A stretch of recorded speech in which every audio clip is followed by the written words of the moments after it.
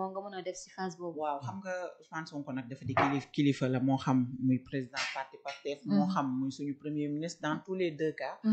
ak lu mënti am rek kilifa la te kilifa nag wax dëgg yàlla war nga def le tout ba say wax à chaque fois duñ ko teggi facilement et je trouve que vraiment li mu wax yëpp encore une fois sorti Pape Malick Ndour moo ko jëkk a teggi parce que les dates sont là et les témoins de l'histoire sont là itam donc booy wax war nga xool li ngay wax parce que tamit comme ni ko Mame Mbaye waxee dafay metti lool ñun dafay nekk sax gàcce si ñun sa kilifa di wax koo xam ne dara la ci sa réew muy wax à chaque fois te wax bi du am fu mu toog dañ koy teggi à chaque fois teg ne et facilement lay doon boo xoolee ki nga xamante ne moo nekkoon PCA bu Prodac wax na ki nga xamante ne moo nekkoon conseil juridique bu Prodac wax na Mame Mbaye Niang wax na Pape Malick Ndour wax na et vraiment ñeenti wax yooyu yëpp dafa nekk ay wax yoo xam ne dafa am concordance donc ce qui veut dire que ni ñoom peut-être li ñuy wax am na fu ñu ko teg moo tax mu am concordance parce que jàpp naa ne kenn ci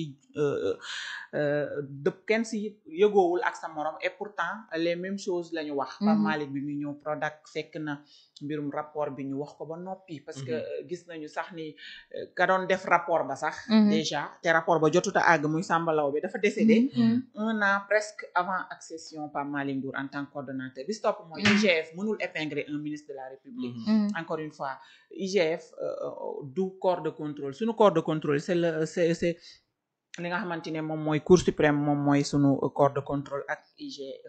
inspection générale d'État donc IGF amul prérogative épingler un ministre et on rappelle que Mame Mbaye Niang n'était pas le coordonnateur du Prodac c'était le ministre tutelle donc tey jii bu ñu ko tuddee si yu mel nii dafay nekk loo xam ne vraiment wax en tout cas war nañ di xoolaat li ñuy wax bu baax surtout moom Ousmane Sonko moom parce que bu ñu fàttee ne tamit moo ñu fi waxoon enveloppe woon ñu fi enveloppe nañu suba bu ma demee tribunal damay teg enveloppe bi ci table juge bi et gisuñu ba tey le rapport donc du tey jii bi nga xamante ne Cour suprême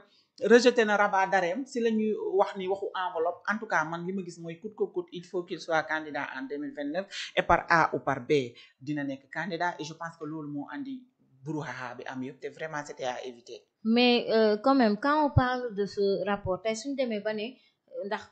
Cour des comptes tamit confirmé na ni rapport am na. waaw mais bañ demee ba wax ni rapport am na ne pensez-vous pas que au lieu rabat d'arrêt di kon def condamnation définitive bi waruñu woon mën a def révision du dossier d'abord. D'accord xam nga Mame Diarra ñun on n'est pas des juristes. ñun nekkuñu juriste. et ñoom ñi nekk juriste xam nañu li ñuy def su fekkoon rapport bi nga xamante ni moom la Cour des comptes def. dafa citer Mame Mbaye Niang. maanaam loolu mooy rapport ba épinglé na ko. cité na ko tudd 29 milliards. là ñun ñëpp dañuy d'accord si ñu dellu ginnaaw ñu rejuger waat dossier bi. mais malheureusement nag rapport boobu malheureusement pour Ousmane Sonko et heureusement pour Mame Mbaye Niang parce que rapport boobu Cour des comptes def 2024 bii la ko def. bi mu ko defee gisuñu si fenn le rapport est public Mame Mbaye Niang wax na ko tey si RFM. ku nekk mën nga dugg foofu nga xool rapport bi amul fenn fu ñu cité le nom de Mame Mbaye Niang tudd luubal. wala tudd 29 milliards wala li ni mel en tout cas pour conclure si mbirum 29 milliards ak rapport ak yi ni mel vraiment on demande juste à ce que Ousmane Sonko l'accusateur principal mu woon ñu rapport bi daal vraiment loolu rek la ñu soxla. D'accord bu wonee rapport bi rek xëy na peut-être il aura des chances d'être candidat en 2029. D'accord loolu yëpp dinañ ci gën a ñëw inchallah. soo ma ko may tuuti rek benn commentaire. voilà tout d'abord dama koy commencer si le cas de Badara Gadiaga tey jii jox nañ ko li nga xam ni moo di liberté provisoire mais dama bëgg ñu gën a bàyyi xel tamit genre yu mel nii. parce que bëri na fi ñoo xam ne si ni tey jamono bi ñu ngi leen di tegee loxo ay affaires yoo xam si ni ay diffusion de fausses nouvelles wala ay affaires yoo xam si ni discours contraire aux bonnes mœurs wala offense au chef de l'État wala personne boo xam si day exercer prérogative xawma lan état et tout c'est-à-dire dafa nekkoon ay mots wala ay affaires yoo xam si ni régime bi fi jàll dañ doon faral di jàppee ñu bëri ci genre yu mel noonu ñu dem ba sénégalais yëpp mer fipp ni lii du yoon parce que tey prenons l'exemple tey jii du président de la République Bassirou Diomaye Diakhar Faye benn post la defoon sur Facebook moom lañ ko daal di condamné woon te tey bëri na ñoo xam si ni dañu doon wax que ni niñ ko tegee loxo du yoon alors tey buñ ñëwaatee tamit y a des choses yoo xam ne si ni voilà war nañ ko mën a gën a bàyyi xel mais en même temps aussi ñi nga xam ne si ni ñooy toog ci plateau yi muy ñun ak ñeneen nekkul ni ñoo am xam-xam nekkul tamit que ni ñoo war a wax c'est juste que xëy na yàlla moo def ñun ñuy faral di toog ci plateau yi di wax nañuy éviter yenn yi nga xam si ni moom la ñuy wax parce que tey boo xoolee le cas de Badara Gadiaga ak Amadou Ba c'est-à-dire dafa nekk loo xam ne si ni d'une part mën nañu wax ni mënul woon ñàkk xam nga lu tax Badara toujours doon na génn di yëkkati yenn kàddu mais tamit Amadou Ba bu ñu fàttalikoo li tax mu demoon jour boobu jàkkaarloo TFM bokk na ci ñëwoon àndaale tontam parce que bi affaire yi jàllee joxe nañu information comme quoi que Amadou Ba Seneweb la waroon a dem jour boobu mais dafa mujjee annulé boobule wala sax ñu remplacer ko yóbbu keneen parce que gis naa Ahmed Diallo ci boppam bu Seneweb génn wax que ni Amadou Ba foofu la waroon ñëw mais après dañoo indi Cheikh Bara Ndiaye mujjee ko yóbbu Seneweb jël Amadou Ba yóbbu ko fi nga xam ne si ni moo di TFM lépp nag coow li mooy que ni ñoom ñaar am nañu benn haine bu ñu jàppalante ba ñëw toog ci plateau bi ba wax yi dépassé tey ba mu jur lii yépp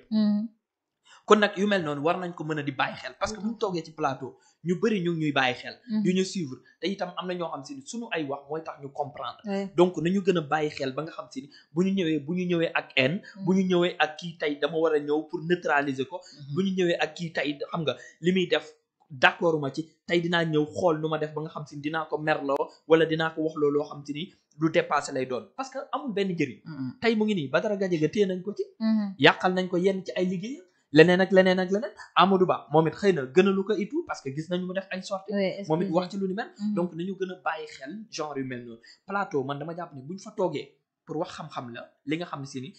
moo xew justement réalité réew nga wax ci def ci ay recherche xam li nga ciy wax boo jógee fa mais pas pour wax lu ñaaw wala saagante wala xuloo wala wax du n'importe quoi boo xam si ni yow tey ku la ko wax ku nekk mu mer wala lu ñu wax bu ñu waxee yenn sa leader mu doon loo xam si ni da lay jural problème yooyu daal man je préfère ñu gën ko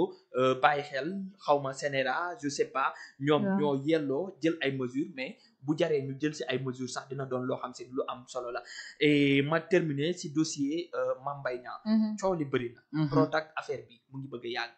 rapport am na rapport amul rapport baa ngi sama kaw table rapport baa bi joxe naa ko juge bi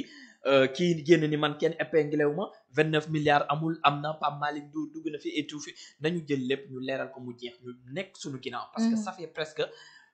depuis un certain temps ñu ngi ciy wax jékki-jékki mu jugaat et tout donc nañu jéem a xool loo xam se ni luy avancer la ñu nekk ci kanam te mu bañ a doon loo xam se ni toujours dañ ci nekk di ci attardé wu ba nga xam se ni duñu jural leen loo xam se ni avantage la. Macha Allah très pertinent c'est très important ce analyse bi pourquoi parce que quand même dafa am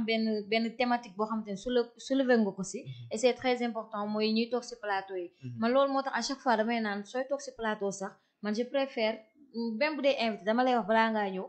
bu mu doon débat sur la personne parce que lii nii yëpp tey di am si diffusion de fausses nouvelles lii yëpp ñuy convaincre que ce soit si période Macky Sall ak si période bii nga xamante ne si la ñu nekk mu période bu président Diomaye Diakhar Faye leen moo ko indi mooy les débats sur la personne te sooy def les débats sur la personne da ngay indi sa sentiment de haine dootoo sol sax mbubbu chroniqueuse wala mbubbu analyste boobu da ngay sol mbubbu nit ki nga doon am en tey si Omar ce ressentiment moom ngay indi di ko wax si plateau alors que les Sénégalais n'ont pas besoin de ça ce qu'on a besoin ce sont des débats d'idées indil leenu les faits par exemple gouvernement bi fii la toll lii moo lii la fii la toll lii lañ fi jot a def gouvernement bi faay bi la ñu def lii mooy solution ñun loolu la ñu soxla mais pas des débats sur la personne et que tu as fait une très belle analyse machallah alors pour ñu def retour rek si Terra meeting bi nga xamante ne moom moo fi amoon ndax ku ne xam na ne suñu le mot Terra